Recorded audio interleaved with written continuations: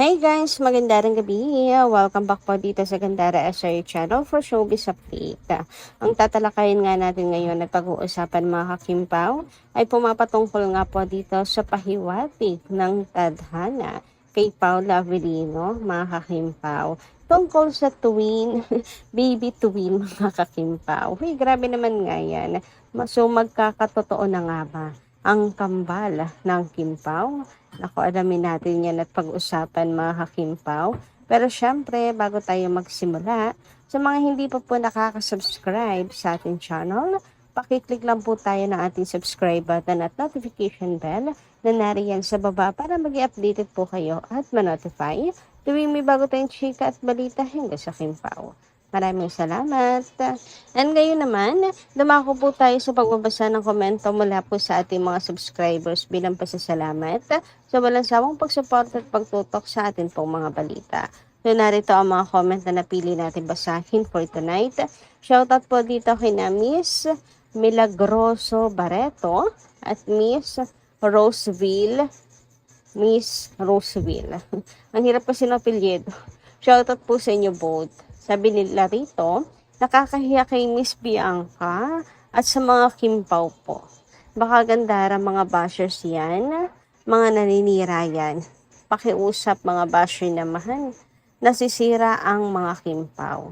Basher is real. So para sa mga hindi po nakakalam ng context, tungkol po ito sa isang dummy account na nagpapanggap po na Kimpaw fan na may pag-message ng bumulabog kay Bianca Yao. Ayun, nagme-message kay Bianca, nagtatag, nagko-comment, nanggugulo sa page ni Bianca at sa business ni Bianca. Sa business page rather, sa mga brand deals, basta nanggugulo na ng buhay ang taong yon na nagpre-pretend bilang Kimpaw fan. So, syempre, ang na-call out itong si Bianca Yao ay walang iba kundi ang fandom natin. Abay, sino ba naman nga ang manggaganon sa kanya? Napakalinaw na Kimpaw fans. Pero ang totoo niyan, nagpapanggap lang. Ginamit ang picture ng isang Kimpaw fan, nagkukunwaring fan ng Kimpaw. Nagalit kasi sinisira ang Kimpaw. Di na daw nahiya kay Kim, etc. Ganyan. So, sino palpal yun ni Bianca? So, tapos na yung issue na yan, fake news yung tungkol kay Bianca na yan. Walang relasyon si Paul at saka yung gamer na yon. And kung nabasa nyo lang talaga yung message, grabe, sobrang nakakahiya talaga kay Bianca, no? Sana malaman niya na ginagamit lang talaga ang fandom natin para sirain, na para magmukhang masama po ang mga Kimpaw fans, ganyan. And grabe, believe po ako sa kakayahan ng mga taong yon na sa pagiging determinado nila na sirain at buwaghin ang Kimpaw, ang tambalang Kimpaw at ang phantom ng Kimpaw. Double times sila As in lahat ng paraan, ginagawa nila mga Kimpaw. Sinong hindi niya mabibilieve na para bang ang laki ng nagawa ng Kimpaw sa kanila at natin. Sa totoo lang naman wala tayong ginagawa, no? Siguro, ang tanging nagawa lang po ni Kim and Paulo Avellino, kaya po nababangga nila itong mga taong ito. Hindi dahil may ginawang masama ang Kimpaw, kundi dahil sikat na sikat ang Kimpaw. Dahil sa kasikatan nila, yun yung bukod tanging kasalanan nila Kim and Paula Avellino na nauungusan nila yung ibang love team. Pero kasalanan ba yung matuturing? Ang magtuturing lang naman na kasalanan yun. May mga masasamang tao, mga kakimpaw, mga greedy na tao na ayaw pong may ibang masikat sa kanila. 'Di ba? Kaya yan, nagbabayad pa talaga ng trolls para magkalat po. Samantala, sabi naman dito ng next commenters natin na si Miss Abby Lim at Maria Teresa Hernia. Shoutout po sa inyong dalawa. Baka hindi naman Kimpaw yun, Gandara. Kunyari, Kimpaw yan. Baka sinisira lang ang Kimpaw Lansya. Hindi yan Kimpaw fine. basher yan ng Kim Pao. Gustong siraan ang mga Kim Pao fans. So ano pa nga ba? Ganun na talaga yun, mga kakipi. Ano pa ba namang iisipin nga natin? Talagang ginagamit lang po ang Kim Pao. Ang gulo nila no maglaro. Ang kakapal po ng mukha para gamitin pa ang fandom natin. Pagbukain tayong masama para lamang hindi po maging mabenta ang movie nila Kim and Paolo Avellino. Anyway, dumako naman tayo ngayon at pag-usapan ng mga balita natin para sa gabing ito. Unahin na nga natin pag-usapan ang tungkol nga po dito sa pagmamahal ng Kim Paulanchas at Kimmers kay Kimi. Sa lahat po ng event ni Kim Chiu, talagang makikita mo na dagsa ang mga tao. So malaking patunay lamang po yan mga Kim Pao ng success ni Kimi at kung gaano karami ang nagmamahal sa kanya. Sa kabila po ng mga hinash sa kanya sa social media at hatred na natatanggap. Sabi nga dito, ilan lang to sa maraming pagpapatunay na marami man pilit siyang binabagsak o minamaliit in SOCMED, but in the real world, iba ang hatak ng isang Kim Chiu sa masa. Iba talaga ang suporta ng mga totoong tao na nagmamahal sa kanya. Our dinudumog queen of all time. So patungkol po ata ito sa isang post kung saan ay hindi daw po dapat bumase lamang sa engagement sa social media mga Kim Pao. Dahil ang tunay na artista ay successful kapag nilabas mo mga Kim Pao in real life. Kapag sold out, lagi ang tickets, ang mga binibenta, mga ganyan ba? Basta yung support sa outside, mga Kim Pao, doon mo makikita ang success at kasikatan ng isang tao, hindi lang sa engagement sa social media. Kasi 'di ba, sa pag ganun, kasama na diyan yung mga trolls, kasama na diyan yung mga fake accounts, na hindi mo masasabi na viral. Ang lakas sa social media niyan, viral. Sikat na talagang tunay at may mapapala ka doon.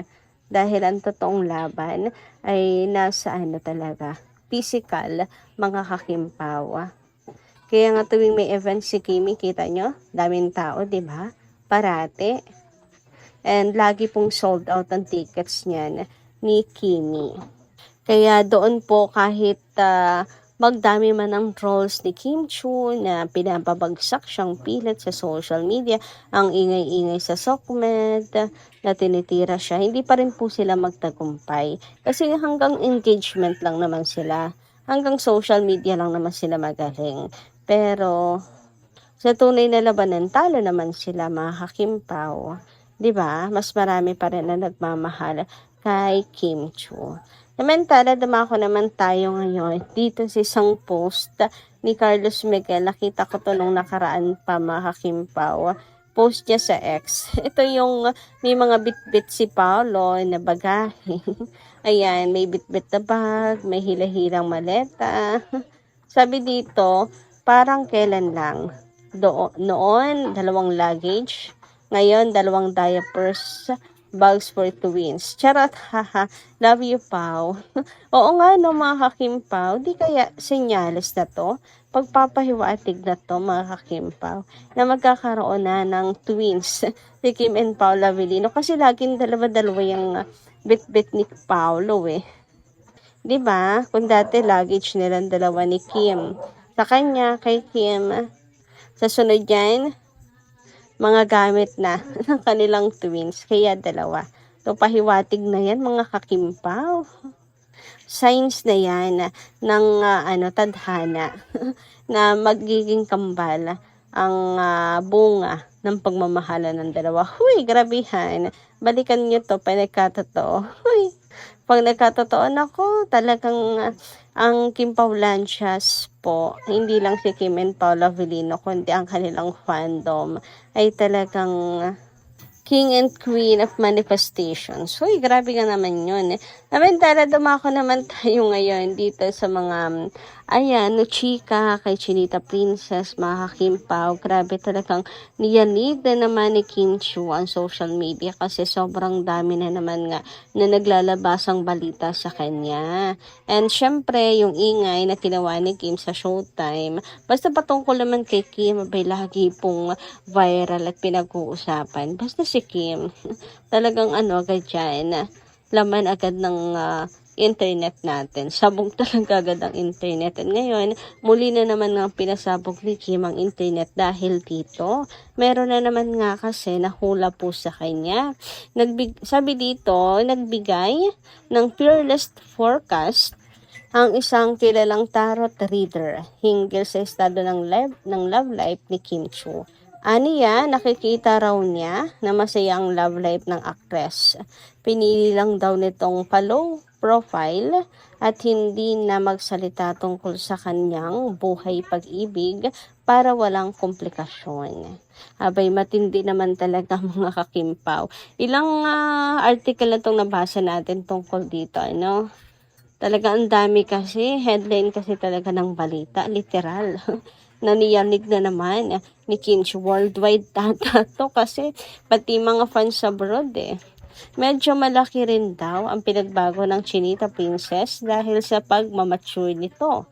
Pagdating naman sa kasong kinakaharap niya sa inihablang kapatid, hindi pa raw nito makukuha ang hustisya.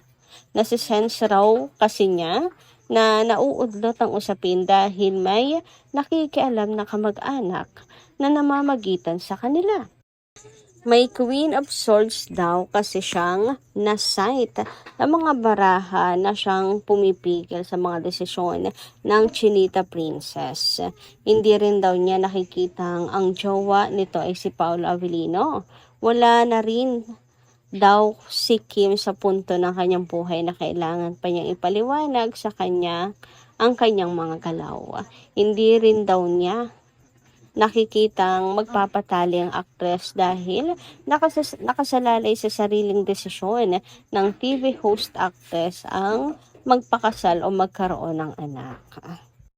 So kayo guys, ano inyong say tungkol dito? Comment ka lang po dyan sa baba. Hanggang dito lang po muna ang ating update. Maraming salamat po sa inyong pakikinigan. Kita kasi po muli sa mga susunod natin chika. Maraming salamat. Ingat po palagi.